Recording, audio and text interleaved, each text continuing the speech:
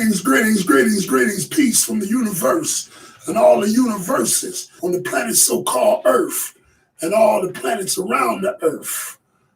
This is Lord Ashes D, Fifth Universal of the mighty Universal Zulu Nation. And I'm here, I haven't been speaking in a while. I haven't said anything. I hope everybody's well.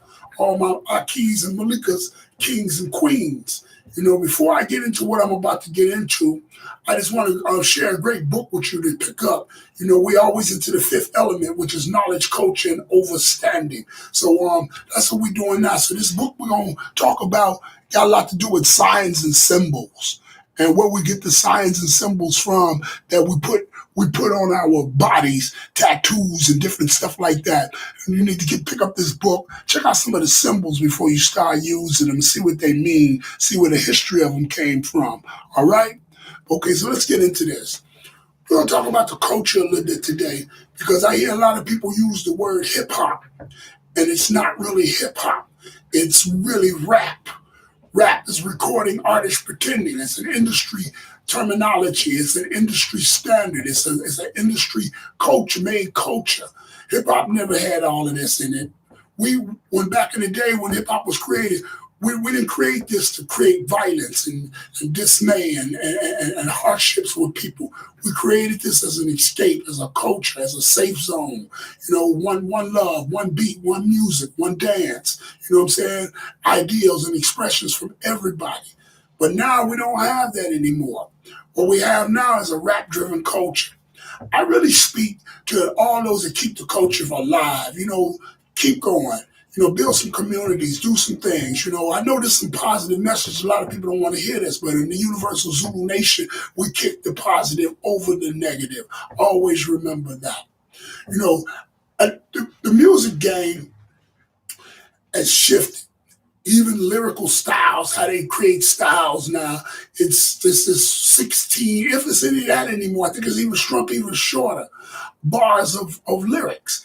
There's no real hardship put into music anymore. There's no real compassion like it can be. Everything is redundant, the same thing over and over and over again. This is because the way the culture is being driven, the people who call themselves the vanguards of the culture. These are could become your entertainers, your stars, and they lead the plight of the culture. And they lead to nowhere. Nowhere. They're actually selling Black Death.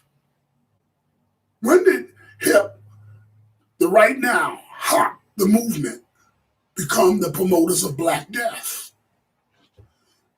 Now, some say in the late 90s, early 90s, late 80s, early 90s, groups like NWA and stuff came along and they expressed the streets. Yeah, they did. They told of the hardships of where they grew up at, but they kept the cycle going until we came into a repetitive cycle where that's all the albums were ever talking about was the promotion of Black Death. Okay, tell me about where you grow up at, but where's your creativity from there? Music is supposed to soothe your soul. Music is used as an escape. Music is used as an inspiration. But we're not inspiring anymore. We're not using music for that. We're using music as a payola thing, so we're saying anything. I heard somebody use the phrase from Tupac Shakur, they peeped the weakness in the rap game and we sold it. Yeah. And we would do anything for the money. And now you got a bunch of artists who not really in the culture at all because they don't practice none of the elements of the culture. See, if you want to holler hip-hop culture, you got to talk the elements of the culture. Hip-hop had elements. These elements brought together, they call it hip-hop.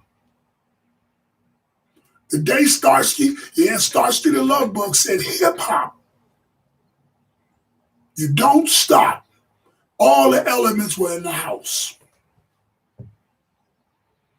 Now we just go off the rap element. And we got so influenced by rappers becoming our heroes and sheroes now. But the image that they represent is a negative light. He who controls images controls minds. I'm going to say this again. He that controls the image controls the mind. So we're bombarded with all these negative images in these cycles. And our young people are starting to emulate this. And this emulation is just not in America, it's all over the world. And the culture of hip hop, the real culture, is not gone anywhere, it just moved into what you call the underground. Because it's so peaceful. It's so funny that you could have a breakdance battle with 50,000 people there and never have a fight. Never have to call the police like that. Never have to do any of those things. It's amazing how graffiti artists can come in our neighborhoods and do murals, blocks and blocks of murals with graffiti projects where they can get together all over the world and travel and go to different cities and do projects and never get hurt, shot at, or none of that, because it's the messages they put on the wall. See, this is a culture. So we got to keep the faith of the culture. We keep that alive. You know, Zulu stands for people of the heavens. That's what the name Zulu really means. When Africa Bambaataa took on the Zulu nation, the name of the Zulu nation, he meant people of the heavens. We want to bring something positive to the community. We want to bring a positive change to the community. We want to bring more light, more and more light. The great culture of hip hop has helped so many of us all over the world achieve our goals, feed our families. So we must restore it. We must look at artists and OGs in the game, man. My MCs, I ain't talking about them rappers. I'm talking about MCs. Those that care about the music, those that care about the lyrics, those that care about, the culture itself. We got to mentor some of these young guys, man. Y'all not getting with these young guys. You have a voice. Stop acting like you can't tell nobody nothing. See, that's the problem. We don't want to talk to nobody. We feel we can't talk to people. We social distance. We can't speak to the little brothers. We don't know what to really say to them. We think they just that far gone. A lot of them need a hug. A lot of them need somebody to put their arm around them and say, hey, man, let me show you some stuff. We got to quit acting like we're separate than them. There is no generation gap in this music and culture. And there's no such thing as an old MC either. An MC is an MC. You see, if you rhyme then, you should be the awesomest rhymer now because you put in the experience and the wisdom. So we got to teach that. We got to find ways to get with them and break bread with them, eat with them, sit down, talk with them, help guide them out of some of this foolishness. I know people got their nose open and their pockets open because they're feeding them the money and stuff like that. But you have to be in their ear too. Just like in Chicago, where I'm from, the rap scene, recording artists pretending. I'm speaking to my little brothers there now, and all my hip hoppers there. I'm talking to the streets and my hip hoppers. That's not music. That's gangbanging, man. On the internet. We ought to make some songs. We have a beautiful city. But we done turned it into a war zone. And most of you young cats are fighting a battle that existed long before you were born. When do we say enough is enough? They put out programs that call it Chicago Legends. The Legends of Chicago. And each one of them is some young cat who done got some bodies on them, who done sold some dope. And they saying they Chi-Town legends. And most of them ain't even 20 years old. Most of them not even 25. Few is 25. Most ain't even 20. What have they done to be legendary? I wouldn't want to go down with a strike on me of that kind of legend. Chicago had a beautiful history of hip hop. since the 70s. Yeah. New York say that, but we've been Zulu Nation in Chicago since the 70s, since about 78. I've been part of the nation almost 35, 36 years or better. Chicago had a rich and glorious culture of hip hop. We didn't call Twister Twister, we called him Cavalier. He's from the Chirac Nation. We had MCs, we had great triumphs. Matter of fact, in the 90s, nobody tells the story because we from the Midwest. We led one of the biggest hip hop movements. It even spread into New York. We revitalized it. We created the Peace Treaty, united in peace with all the gangs, with the BDs and the GDs and the Moes and the Lords and the Kings through hip hop. We gathered all the nations in one house at Fuller Park. We shut down many clubs for the racist practices they were practicing against blacks and Latinos in hip hop, especially on the north side of Chicago.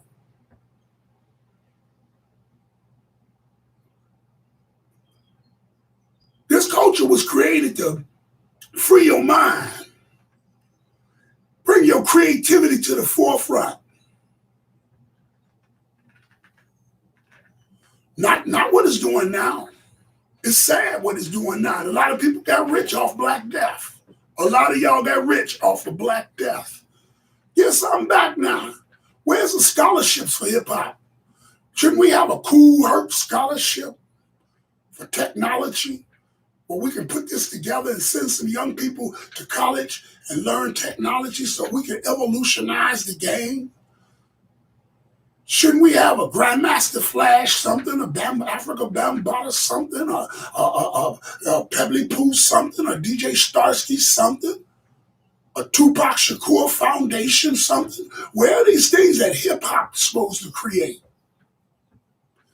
The dream and the goal was to get mom and daddy out the ghetto, to get a better life for ourselves, to give our people around us a better life. But it seems like we've sold a dream to a nightmare. So now we give our people Black Death. In every major city in America, that's what we're promoting, Black Death, through the music. And when somebody comes on social media and says something about it, they are sell out. Or who they talking to? They can't talk like that. It's time some people talk like that. Because I can't keep sitting around watching the promotion of Black Death. You know what I'm saying? We have a responsibility as hip hoppers, speaking of us, to promote the culture, to teach the young people the history of the culture. We must never let the history die. I'm so glad that brothers and sisters in New York is coming along with the museum, because we can never let this history die. We cannot let people rewrite the history of this and write people out who put in work. Just like right now, I hear people always talking about who's the best MC, and they want to holler Rakim. And then the new generation say Lil Wayne. They're not judging about who put the best lyrical composition together. They're judging on who sold the most records. That don't make you the best. It's the lyrics that you flip. It's the word sound. And the music, the tailor-made music with the word sound that stick in the ear, that hit the spirit, that make you say, hey, make you repeat it. Before Rakim, there was Melly Mel and a Spoonie G, but let's talk Melly Mel.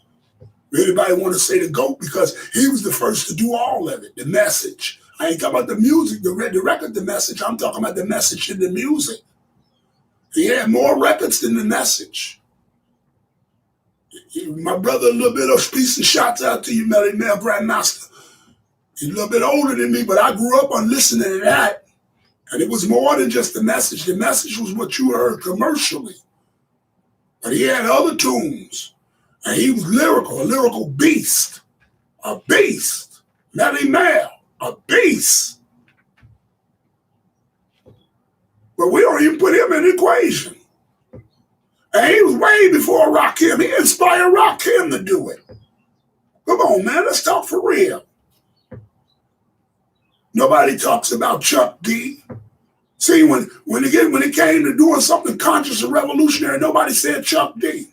I never hear him in the lyrical thing when everybody say who's been nice with it. Chuck D was nice with it. All you gotta do is go through Public Enemy album, listen to the lyrics. Don't understand until you hear the man. Chuck D was nice with it. But we don't give him no credit because he told you some real information. He told you to get up off your butt and fight the power. He told you that it was a nation of millions to hold us back. See, we don't want to reflect on that no more.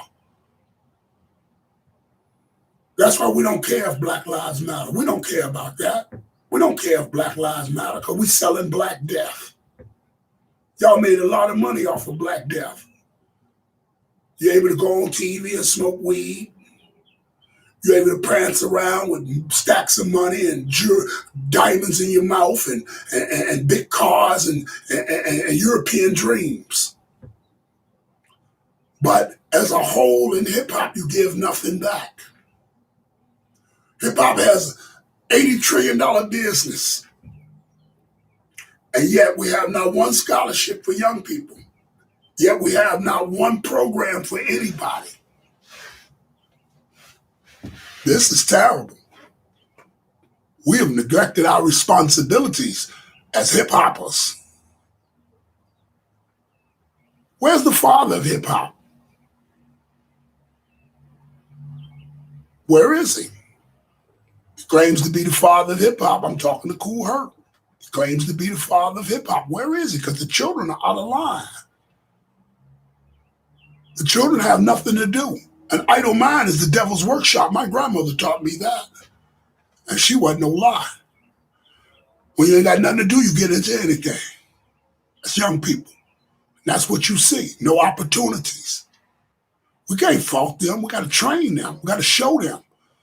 Like my little brothers in Chicago, we got to come back on the music scene and show them how to record. We got to get up with them. We got to be their big brothers. We got to be their fathers. We got to be big homies. We got to be all of that. We can't get up with them and talk dope with them. They don't respect that. They don't respect when you drop down to their level and talk like that. They don't respect when you step above them and talk like you some European or something. They respect the OG in you. They respect the drive in you. They respect the youth that's still in your eye. That's what they respect. When I joined the Zulu Nation, I joined the Zulu Nation because I love the spirit of hip hop. I was looking for the perfect beat. I found it. It took me out the streets. It showed me something different. It showed me I can get along with the folks. I can get along with the Latin Kings. I can get along with the Crips and the Bloods because in them was B-boys. They were hip hop. We didn't look at it like that no more. We looked at it as them was B-boys. Even in Chicago where I'm from, we used to travel in neighborhoods. I remember going off in the Cabrini Greens one time, which was one of the notorious projects in Chicago on the north side. I'm going across that blacktop with my radio, heading up to Chicago Avenue to dance. And a brother hollered, man, that's one of them hooks that be downtown. Another brother said, nah, man, be with Chiron and them, man. They be popping it, man. They go. And he called me over there, and I danced with them. And a couple of them joined us and started coming down to the water tower where we was at every Saturday, B-boying. And he didn't hang in front of the buildings no more and went on to be successful in life. It's the spirit of hip-hop that does that, a spirit. KRS-One tried to tell y'all about this spirit. You see? He tried to tell you, and he's constantly on the battlefield telling you, you are hip-hop. You're born into it. The creativity is there. You cannot just listen to the secular sound of the radio and the industry and say that's hip-hop. That's rap. Recording artists pretending. If you took the money out of it and just did it for the love of it, you would lose 90% of the artists you see out here. If they told them tomorrow ain't no more money in this, a bunch of them would quit overnight because they don't love to do it. They doing it to eat. You have first love to do it. We didn't do it to eat. We did it to survive. We do it to take our minds off the stupidity that we were thinking as adolescents and youth. Even as a man now, I still think hip hop. Keep my mind out of oppression and keep my mind out of the dark places that it can go, trying to survive out here.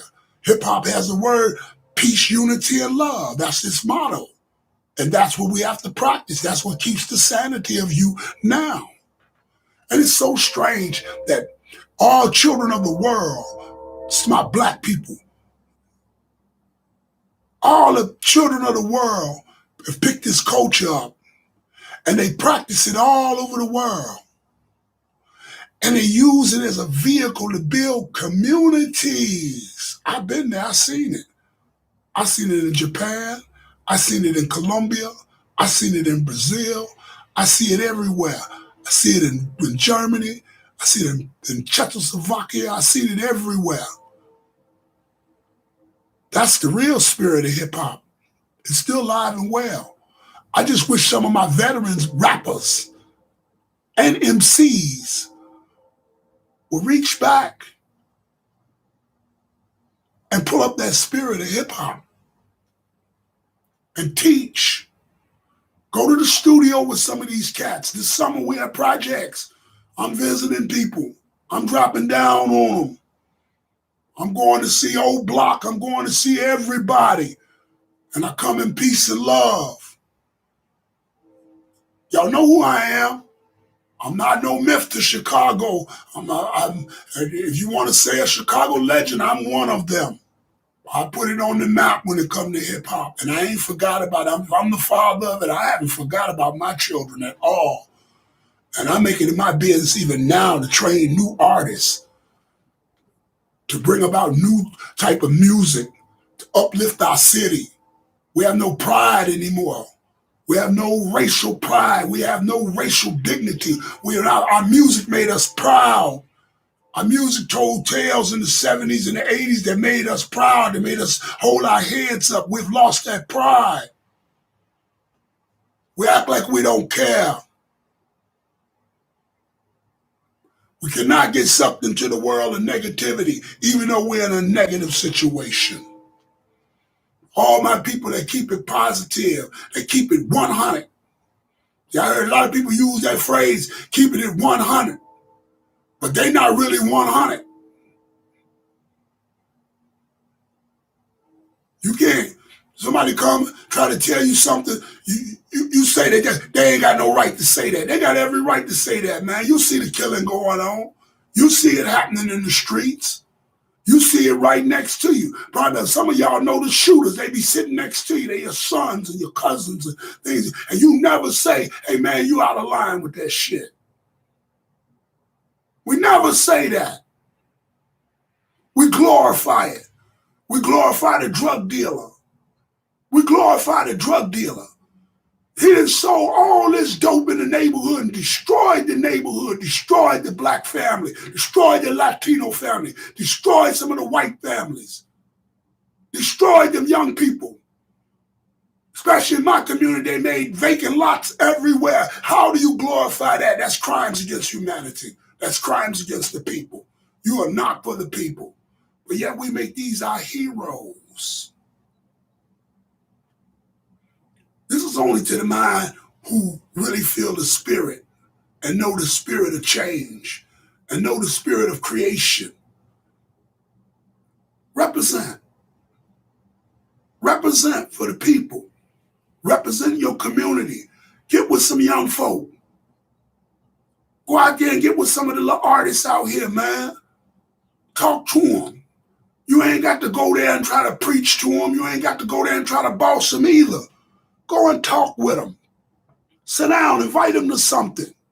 Tell them to come sit down with you. I heard a brother tell me, man, you can't sit down with them because then they're going to say you affiliated with them. No. I think that's a myth because they know better than that. It's what you say. It's what you're presenting. It's what you're willing to do. They peep all the realness in you. They know who real and who not.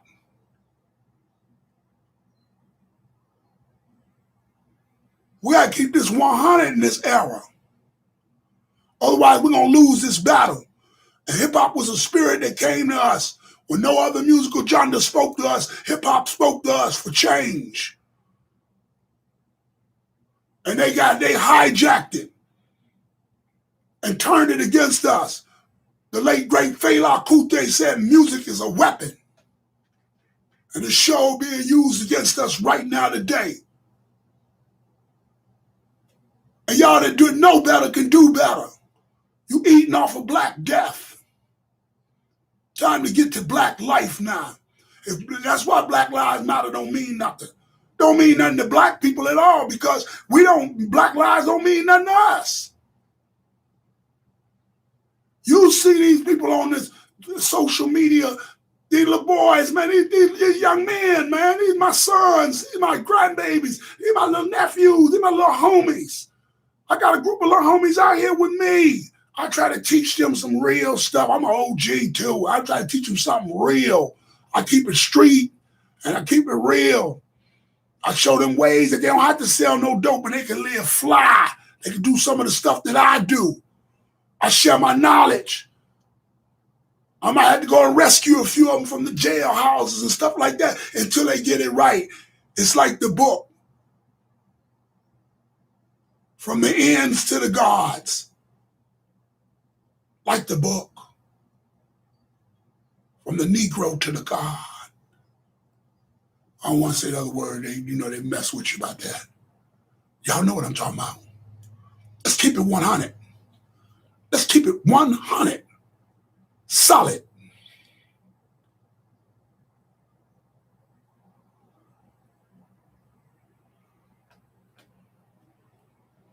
It's Lord Cassius D. I'm going to be plugging in from this point on. I'm seeking my Zulus, my kings and queens, Malikas and Akis. To all my universal soldiers, to all those that keep the battle going, to the renegades of funk, they keep the funk alive, they keep the spirit in their heart, they keep the drive in their body. I want to say peace and love and unity. And until I see you, have some fun.